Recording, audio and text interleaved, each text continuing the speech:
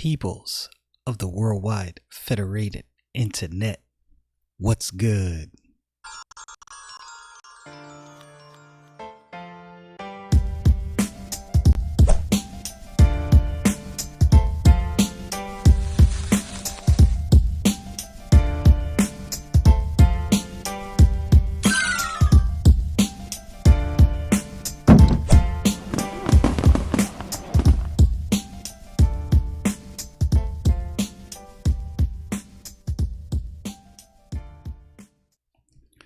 You know, it never fails right before I'm getting ready to record, go on air. I have to sneeze or something like that, and I wind up trying to hold it so bad before my intro. Kind of funny. Anyway, back to Genesis chapter 27 and starting at verse 30. Let's get into this.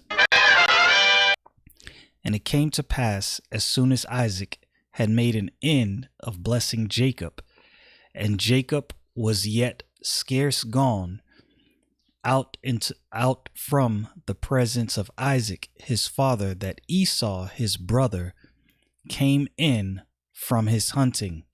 Here comes Esau, expecting to come in, give his father this food, him enjoy the food, and him receive his blessing. Verse 31. And he also had made savory meat, and brought it unto his father, and said unto his father, Let my father arise and eat of his son's venison, that thy soul may bless me. So again, Esau having no idea what has transpired. He's like, hey, here's the venison. I've prepared it. How about you eat this so you can now bless me? Verse 32.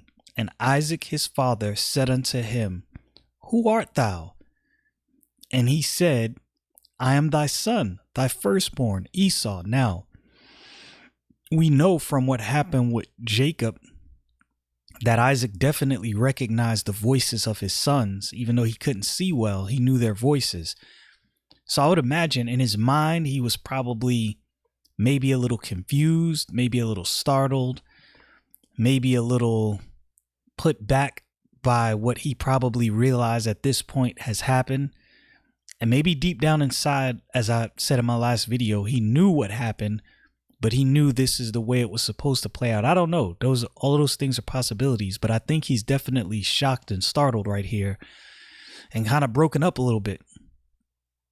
Verse 33, and Isaac trembled very exceedingly and said, Who?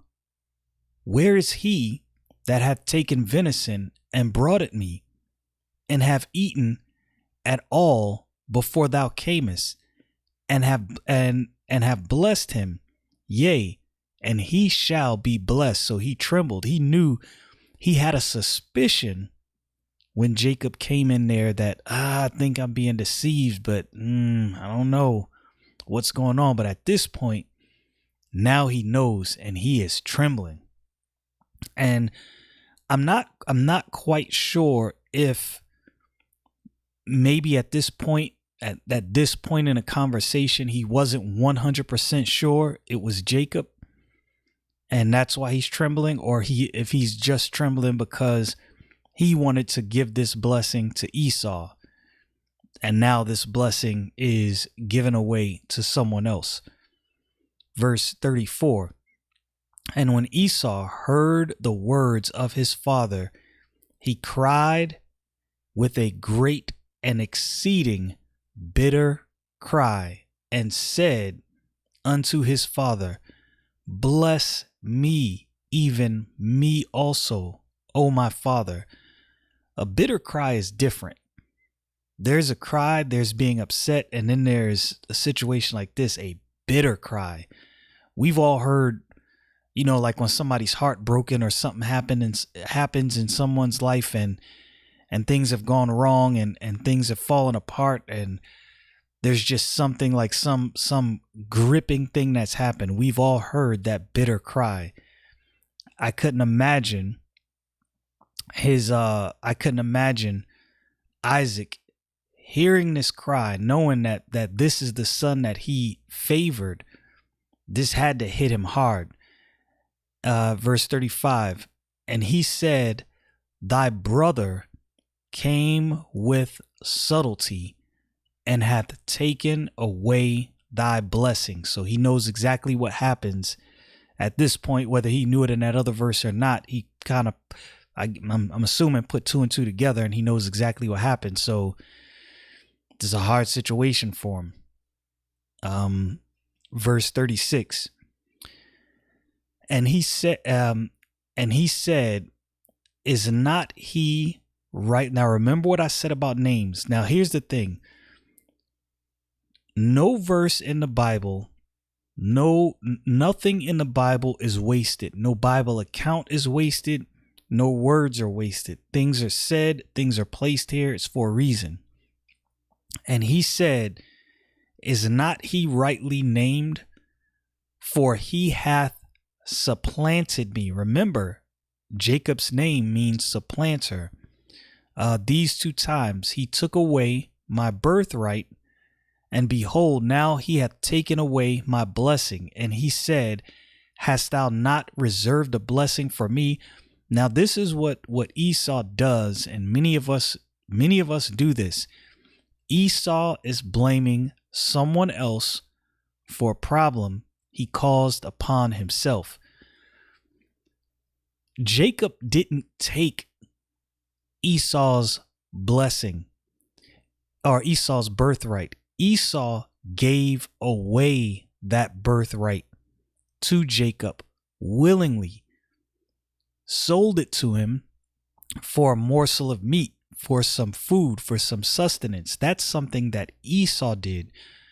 And what we see here is a classic human condition. All of us do this. Well, I say I've done it in my life, and many people have. You cause yourself a problem. You do something. There's a chain of events, something you've done, some sin, some direction you went wrong, which causes you problems, and you blame other people. This wasn't anybody else's fault. Jacob didn't take his birthright. He gave it away. And behold, now he hath taken away my blessing. But we see he makes reference to Jacob's name, for he hath supplanted me. So he's saying, yo, this name is fitting. This name is exactly what he was supposed to be named. And here's why. And I think the reason that this is placed here, God leaves breadcrumbs and context clues throughout the Bible. And I believe this is one of those context clues to show us these names are not irrelevant. You should probably look into the meaning of these names, because in that is sprinkled some truth that you can glean from what's going on. Verse 37, and Isaac answered and said unto Esau, behold, I have made him Lord, and all his brethren have I given to him for servants, and with corn and wine have I sustained him. And what shall I do now unto thee, my son? So he's like, I've already given this blessing. I've already blessed him and made his brethren his servant. Like, what else am I going to do now? I don't know what do you want me to do? Pretty much is what Isaac is saying. And Esau, verse 38, said unto his father, hast thou but one blessing, my father? Bless me, even me also, O my father. And Esau lifted up his voice and wept. Now, Isaac has already told him, yo, I've already blessed Jacob. I have no other blessing. I can't, there's nothing else I can do. And Esau weeps. Now, again, this was the son who Isaac favored. So there's no doubt that this weep hit him in his heart to his core. And you'll know from something that was passed down from Abraham. Abraham loved his children. You remember when Sarah sent off Hagar with Ishmael, this hit Abraham to the core. And I believe that love Abraham has for his children was shown and repeated by learned behavior through the rest of his lineage. So Isaac loves his son. I believe he loves both of his sons, but he favored Esau. We know that because the Bible says it. And then after that, after he wept in verse 39, and Isaac his father answered and said unto him, Behold, thy dwelling shall be the fatness of the earth and the dew from heaven above, and by the sword shalt thou live, and shalt serve thy brother.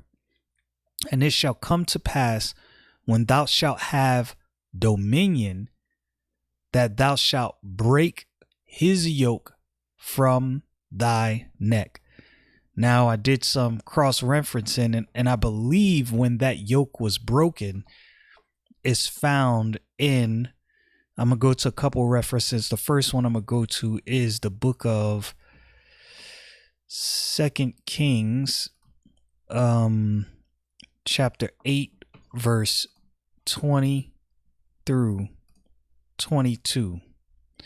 The Bible says, In his days, Edom revolted from under the hand of Judah and made a king over themselves. So Joram went over to Zair and all the chariots with him, and rose by night and smote the Edomites which compassed him about, and the captains of the chariots, and the people fled into their tents. Yet Edom revolted from under the hand of Judah unto this day. Then Libnah revolted at the same time. So the writer of the book of 2 Kings is letting you know that, Edom revolted. They got themselves from under this yoke until this day, the very day that the writer was writing. We also find this account in the book of 2 Chronicles. 2 Chronicles. Well, first, if you're confused by Edom there, I'll take you back to Genesis chapter 25. Genesis 25 and verse 30, because you may have forgotten what Esau was referred to as. And Esau said to Jacob, Feed me, I pray thee, with that same red pottage, for I am faint. Therefore was his name called Edom. So Esau is where the Edomites come from. So this is in my opinion, this is the fulfilling of what Isaac prophesied to Esau, him breaking that yoke. We find this again in the book of 2 Chronicles, I believe. Is that, 2 Chronicles. Let me get there. Try to navigate through my Bible app sometime. Presents me some issues. Okay, 2 Chronicles chapter 28 and verse 17. For again the Edomites had come and smitten Judah and carried away captives. So this is the Edomites have broken that yoke of bondage. They placed a king over themselves, dominion. So let me go back to Genesis chapter 27, and we'll pick back up at verse 41 through 46. And Esau hated Jacob because of the blessing wherewith his father blessed him. And Esau said in his heart, The days of mourning for my father are at hand. Then will I slay my brother Jacob. And those words of Esau, her elder son, were told to Rebekah. Rebekah had her spies in her ears everywhere. And she sent and called Jacob her younger son, and said unto him, Behold, thy brother Esau, as touching thee, doth comfort himself, purposing to kill thee. Now therefore, my son, obey my voice, and arise, Flee thou to Laban, my brother, to Haran, and tarry with him a few days until thy brother's fury turn away, until thy brother's anger turn away from thee, and he forget that which thou hast done to him. It's amazing how Rebekah puts this, because she had her place in this. Not sure if Esau's aware, probably not. But it's kind of interesting how she's laying all of this on Jacob as though she had no part. Then I will send and fetch thee from thence. Why should I be deprived also of you both in one day? And Rebekah said to Isaac, I am weary of my life because of the daughters of Heth. If Jacob take a wife of the daughters of Heth, such as these, which are of the daughters of the land, what good shall my life be? So Rebekah is kind of setting up, sending Jacob away. You know, she's concocting what's about to happen, what's about to transpire. And this is something I thought as I was reading through this Bible account. How different would this have played out if Rebekah would have just trusted what God promised her from the get-go? How different would this story be?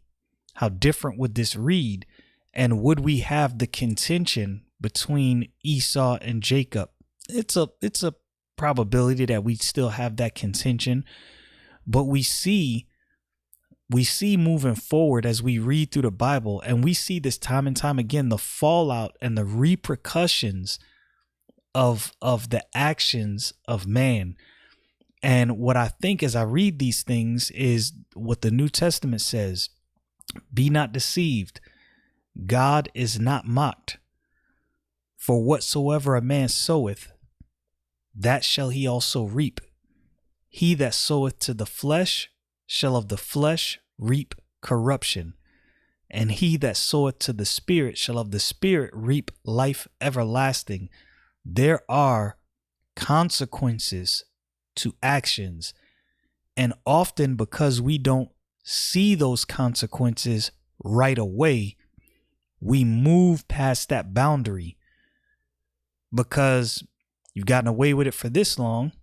You've seen other people get away with it, so you're just going to press forward and do what you do. It would behoove us to pay attention to what the Bible says. Y'all know what it is. Stay frosty, people.